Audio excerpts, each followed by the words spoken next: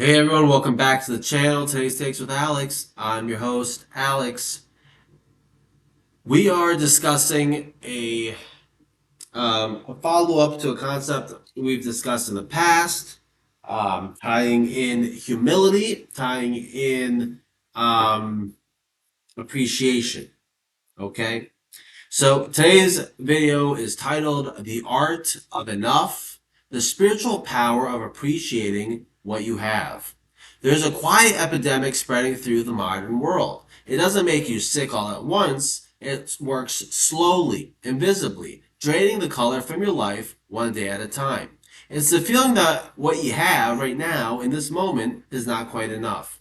Not enough money, not enough success, not enough love, not enough time. And while we're standing there cataloging our deficiencies, our actual life, the one filled with breath and beauty and possibility, quietly passes us by. Today we're going to talk about one of the most radical, most genuinely transformative spiritual practices a human being can undertake. The deep, intentional, soul-level practice of appreciating what you already have. This is not a motivational speech. This is not toxic positivity. What we are going to explore is a framework rooted in Torah and the teachings of the Hasidic masters that doesn't just ask you to feel good, but invites you into an entirely different relationship with reality itself. This wisdom is ancient, it is universal, and once you truly grasp it, it will change the way you see everything. So let's be honest about where most of us live, psychologically speaking.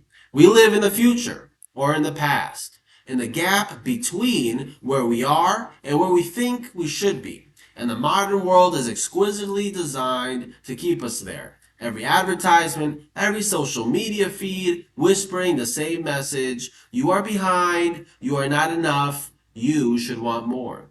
The ancient rabbis saw this in human nature long before smartphones existed. The Talmud teaches that a person does not leave this world with even half their desires fulfilled. We are wired for wanting, and wanting is not bad. Wanting drives creativity and growth. But when wanting becomes our default setting, it becomes a kind of spiritual poverty. The great Hasidic master, Rabbi Nachman of Breslev, described this as inner exile. Not exile from a place, but exile from presence. Exile from the moment you're actually living in. So the question is, how do we come home? The Torah begins with a word that holds a universe of meaning, Bereshis, in the beginning. The commentator Rashi asks, why does the Torah begin with creation at all? It could have begun with the first commandment. His answer touches something profound. The story of creation is itself a teaching. Everything comes from God. Everything belongs to God. And everything in the deepest nature is good because it is here due to God's divine will and desire that it be here.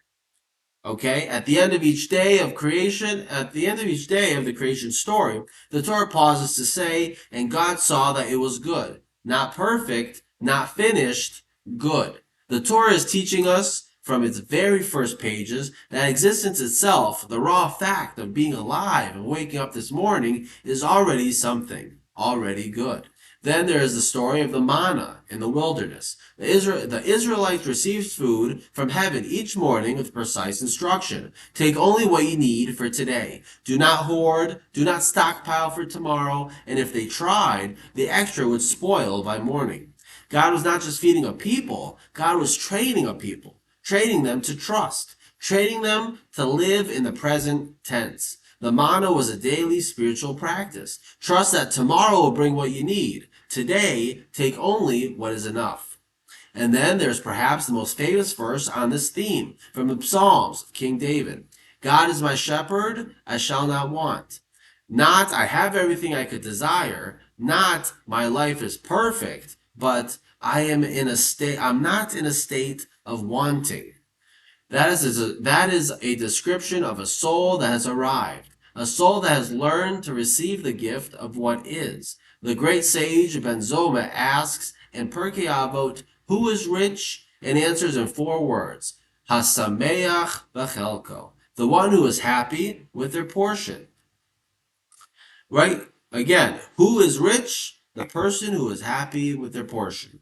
Not happy despite their portion, happy with it, present to it, alive within it. This is the Torah's definition of wealth, and it is available to every human being.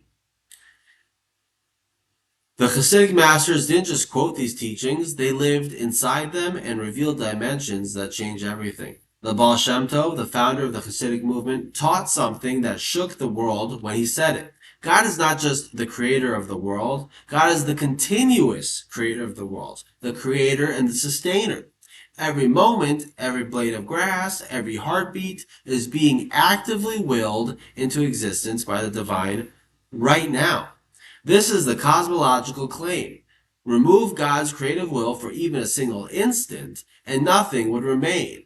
Which means every single thing in your life right now is not just something you happen to have, it is something God is actively, intentionally, lovingly choosing to give you in this very moment. Your breath, your sight, the people in your life, the fact that your heart is beating.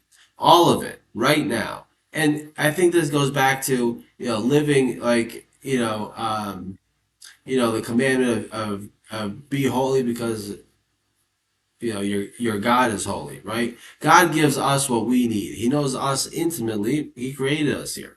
He put us here and he put us on our path. And he gave us commandments, positive commandments, negative commandments. Positive commandments to undertake in order to develop a close relationship to him, right? Through the commandments, we're able to uh, right? In Hebrew, mitzvah, tzav is to connect, to bind, right? So when we perform God's will as He commanded us, we're able to grow closer to Him through performing His will, right? And so those positive commandments, and then there's negative commandments. Don't do this, right? Because this stuff takes you away from holiness. This stuff separates you from the group. Um, so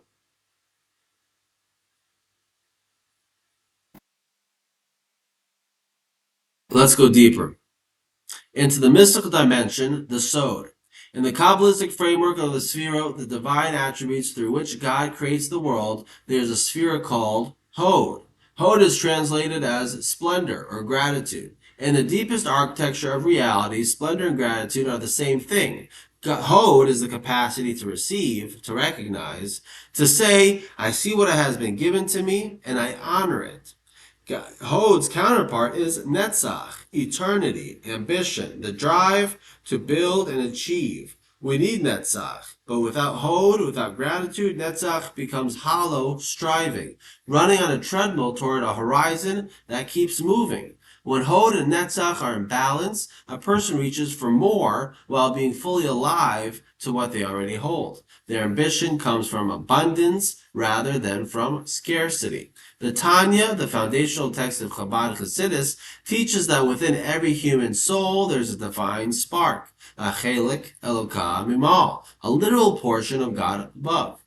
This spark never left its source. That spark is already whole, already complete, already enough. When we live disconnected from it, we feel the constant hunger of incompleteness.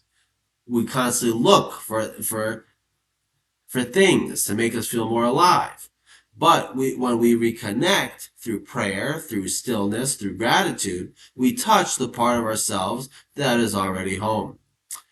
I want to address something directly because there's a lot of confusion about what gratitude actually is. Gratitude is not pretending everything is fine when it isn't. It's not bypassing grief or minimizing suffering. It is not a performance. The Torah does not do that. The Psalms contain some of the most raw, anguished human cries in all of literature. My God, why have you forsaken me?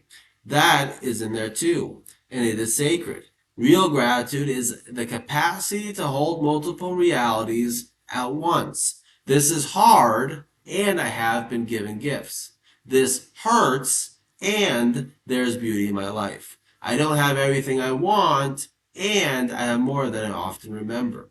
The Hebrew word for gratitude is hakaros hatov, literally recognizing the good. Not creating the good, not manufacturing good feelings, recognizing what is already there. The Hasidic masters taught that the world is full of hidden light, the Or Haganuz, the concealed light from the first days of creation. This light isn't absent, it's hidden within everything, within every person, every experience, even the painful ones. Gratitude is a spiritual practice of training your eyes to see what ordinary vision misses.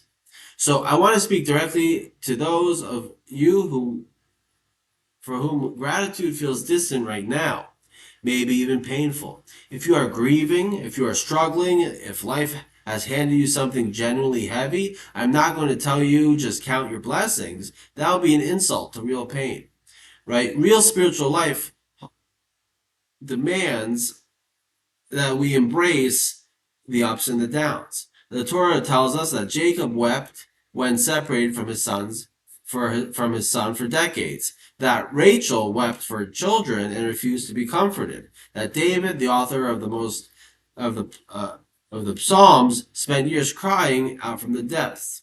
Real spiritual life holds room for all of it. But here's what the Hasidic masters observed. Even in the deepest darkness, there is always one small thing, one candle, one point of warmth. Right?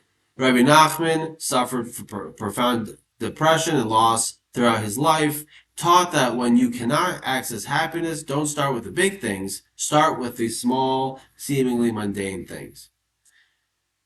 So,